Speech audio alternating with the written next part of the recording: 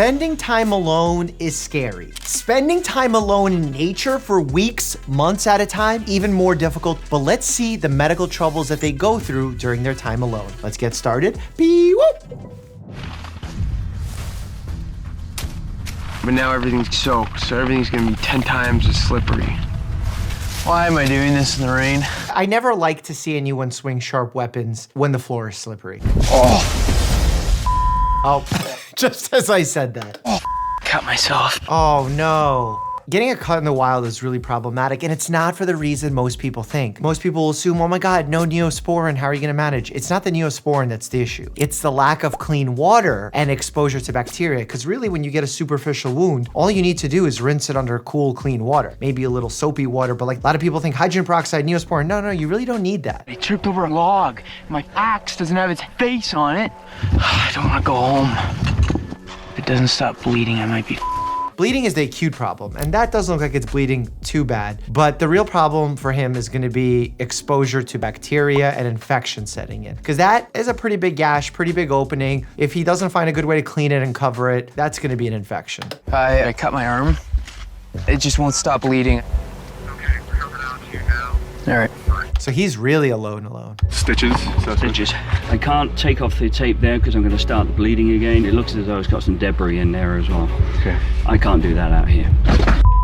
I mean, you need a clear field. You need to take out debris. You need to take out foreign substances. Because if you leave something in there, that's just room for infection to grow. Any substance that's not natural to your own body, actually inside your body, like entering your skin, that can be a site where bacteria can multiply very easily and cause a very big problem for you.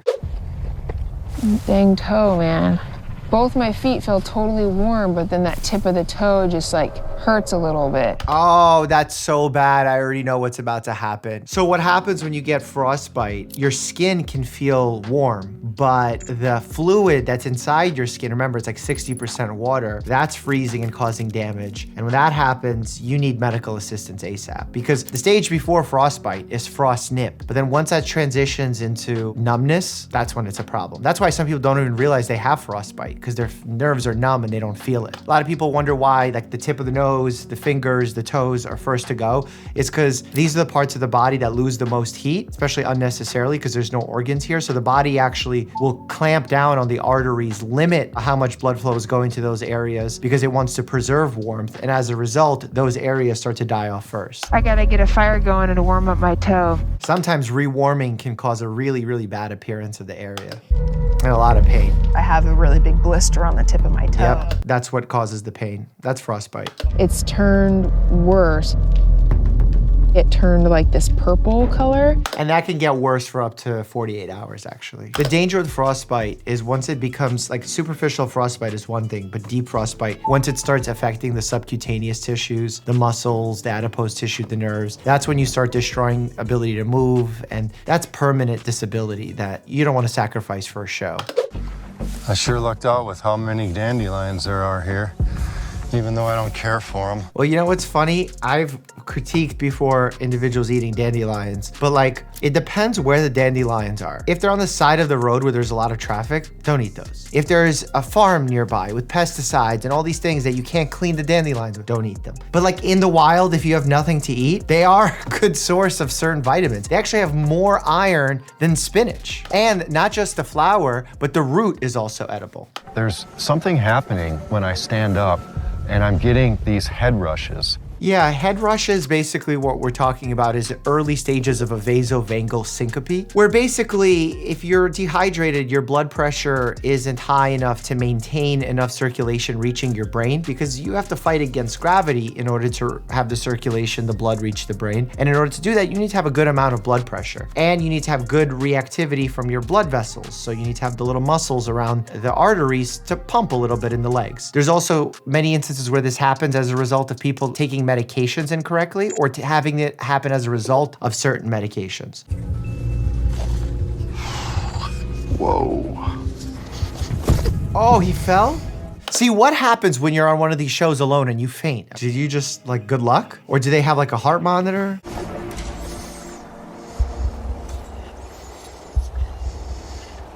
Well, that was a pretty intense head rush. Yeah, my guy, you fell.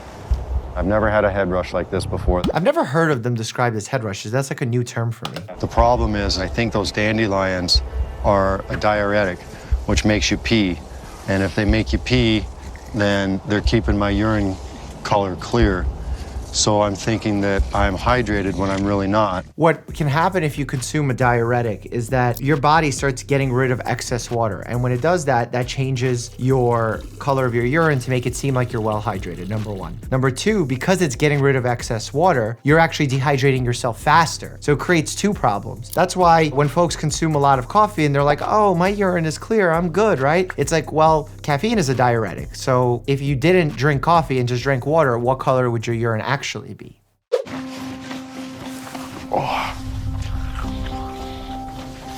I'm honestly a little bit scared that I've done something to my knee. Oh no. I'm losing stability and gives out when I walk. A lot of times when you're walking on uneven ground, hiking, there's a lot of issues that can happen to hurt a knee stability. When I did Tough Mudder a few years ago, I completed the course, but around me there were so many EMS professionals helping individuals that literally destroyed their knees because of the mud. That you don't have good stability, you try and push off and boom, you get the wrong angle, the wrong force put on one of the ligaments and it tears right then and there. This knee, as you can see, has no lump. This knee has a fluid sac. Yeah, that fluid sac is most likely due to his knee injury. Probably what we call a palpatile cyst or Baker cyst. This usually happens as a result of osteoarthritis or rheumatoid arthritis, but can also happen with meniscus injuries or ligament injuries. Generally, the cyst doesn't cause problems unless its size starts impacting you because it's limiting your range of motion, putting pressure on the nerve, etc. These are benign growths, so it's not like it's a cancerous problem, but because of its mass, many patients come in to have them drained in my office. It hurts like hell to fully extend my knee, and it's tries to give out on me every once in a while. Yeah, it's probably an ACL or maybe a meniscus injury or a combo. I went straight to the hospital in Canada. They flew me out. They gave me some anti-inflammatories, got me rested up for a few days, and I flew back to the States.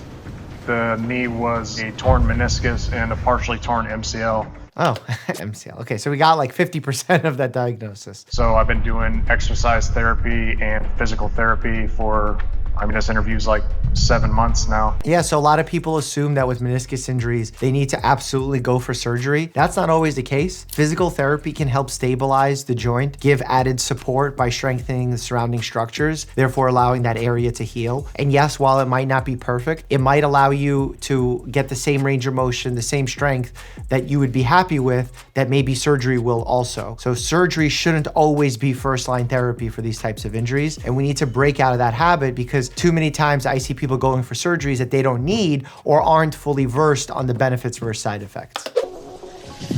That liver. Is that a squirrel? I'm not much of a liver fan, but I'm learning. You've got to constantly be upbeat no matter how bad it gets. That's just the way you get through hard times. That's like a good takeaway for life, not just being alone in the wilderness. Holy crap. That right there. Little squirrel drumstick. I mean, squirrel is just like any other meat. It's pretty rare for them to have serious illnesses. They do have like the usual salmonella if you undercook them and all that stuff, E. coli from droppings, but I haven't seen too many risky things with eating properly cooked squirrel. Oh, look at that. CDC. Small rodents like squirrels, and they gave us other ones, are almost never found to be infected with rabies and have not been known to transmit rabies. Learn something in school. Stomach's cramping bad. Oh, no. I'm mentally usually a pretty tough person, but last night was humbling. A salmonella intestinal infection is so bad. You need antibiotics in this situation. Oh, and vomiting. I would bet that this is some kind of bacterial gastrointestinal infection. With the pain I'm experiencing, man, you can't keep any liquid down. Not being able to keep food down, you can last. But not being able to hold down fluids, that's like you need evacuation because without fluids, you could only last a certain number of days. And if you're sick and vomiting and dehydrating faster because you have like a fever, for example, that few days is gonna change to 1 day. And constantly hacking like that could actually cause a tear in the esophagus, and that would be very deadly, especially as dehydrated as he is. I got a fever again. It's starting to roll through me now.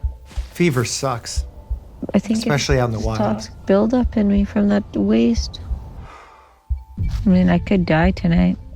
I could go into like a shock. It depends how long the prolonged constipation has been. You can get constipation so bad that it causes intestinal obstruction leading to intestinal rupture. It depends what the cause of that is. That's not something we regularly see, especially with given the amount of medications that are available at our disposal to treat the problem. I'm gonna put myself from the competition.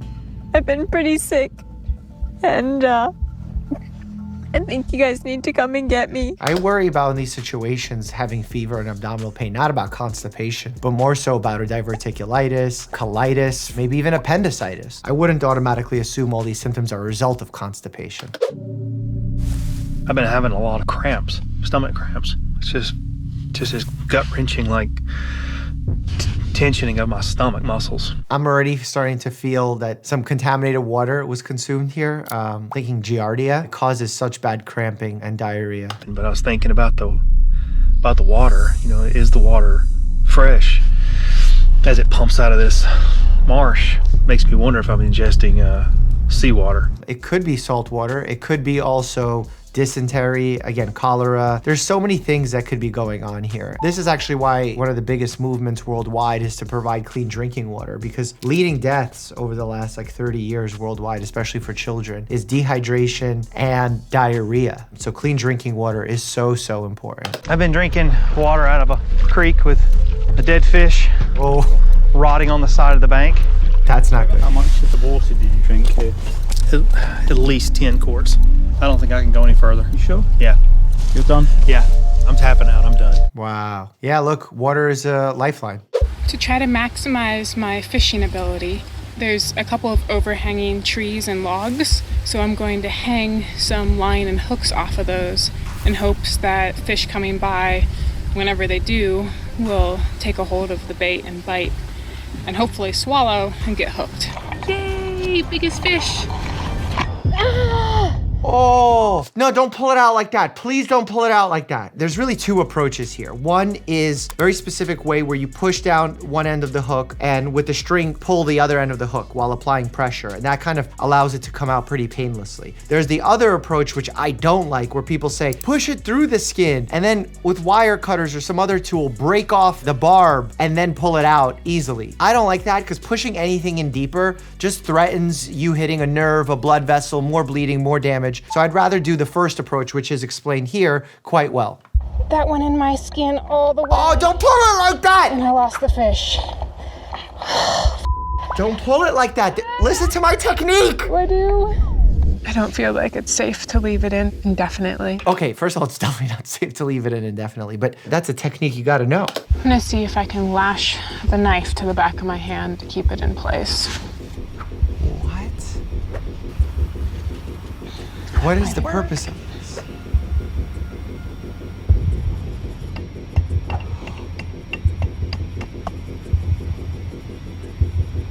What are you doing? I just made it worse. Yeah! Oh my God! That was so painful. I'm ready to get this hook out of my hand. It's been in here for 2 days now. She's been out for 86 days, and that's what stopped her? That's incredible. What a champ. What if it's in my tendon?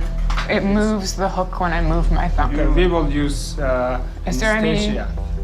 But if it's in the tendon, what happens if you push through The it? difference right now is how they're going to handle it. They have to take that out. Okay. I mean, they're being a little bit rude here. She has a concern, you should address it. You can explain that it's more important to take it out than it is to talk about the tendon. This is just a weird place to perform this procedure. If it is attached to my tendon, what is that long term gonna do? Don't you watch them? The tip is coming out. Not quite there yet. Probably just hang in there. This is the other method that we tend to say for medical providers. It's called the forceps method, where you use a similar motion like I described in the first step, just with this added tool. Yeah, there you go. You've done that, Carly? I tried everything I could. I couldn't get it out myself. These people are so strange. Just gotta keep working hard. Does it literally take everyone else this long to start a fire? Is it just me? It must be just me. Oh no, that's scary. Oh, I knew that was gonna happen. I watched it happen. don't know how deep it is. Oh, that's very deep. I can't even look at that, and I'm not squeamish. Especially whenever their hand is involved. There's not only so many small little parts that can get damaged that if you don't fix quickly, you can lose function in your hand forever. You could also have infection to the very small bones of the hand, leading to an osteomyelitis, which is an infection of the bone. And then as a result, you're gonna need IV antibiotics. That's a much higher level of severity of infection. I'm just gonna have a look at it. Whereabouts is it? Just here? It's about an inch long. Can you feel your finger actually before we do that? I can feel them like a cold. Okay, what we're gonna do is we're just gonna bandage that up and then take you out to hospital. The hand is so complex that in hospitals, unless it's very superficial, even the ER doctor is not gonna be the one correcting it. We'll call in a hand surgeon or plastic surgeon to make sure that it heals to the best of its ability, because so much can go wrong with the hand. The time I was most scared, as if I was alone, was when I flew an F-16. Click here to check that out, and as always, stay happy and healthy.